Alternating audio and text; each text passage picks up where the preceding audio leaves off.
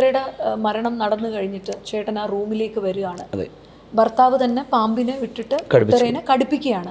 ആ റൂമിലേക്ക് കയറി ചെല്ലുമ്പോൾ തന്നെ ചേട്ടൻ അത് ആ ഒരു ഇമ്പാക്ട്, ആ വൈബ് എങ്ങനെയാണ് ചേട്ടൻ? നെഗറ്റീവ് അല്ല, ഞാൻ കടി കിട്ടി, ആദ്യം കടി കിട്ടി. അത് ആദ്യത്തെ കടി തുടയിലാണ് കടിച്ചത്.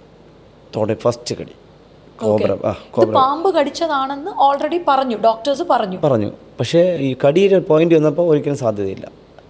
കാരണം ഈ കാലിൻ്റെ പാദത്തിൽ ചൂട്, ഇതിനകത്തൂടെ കയറി വരുന്നൊരു പാമ്പ് നൈറ്റ് അകത്തോടെ ഒന്നും ഇവിടെ കടിക്കാനൊരു സാധ്യതയില്ല.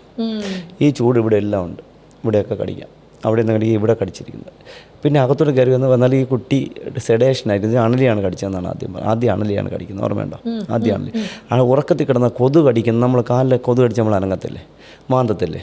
ഇത്രയും വലിയൊരു അണലി കടിച്ചിട്ട് ഈ കുട്ടി അറിഞ്ഞില്ല എന്ന് പറഞ്ഞപ്പോൾ ഞാൻ പറഞ്ഞെന്താണ്, കുട്ടി സെഡേഷൻ 6 മാസം കൊണ്ട് കുട്ടിയെ ആ ഉത്തരയ്ക്ക് മയക്കുമരുന്ന് കൊടുത്തിരുന്നു. അപ്പോൾ അതൊന്നും ആരും ആദ്യം ചെവിക്കൊണ്ടില്ല.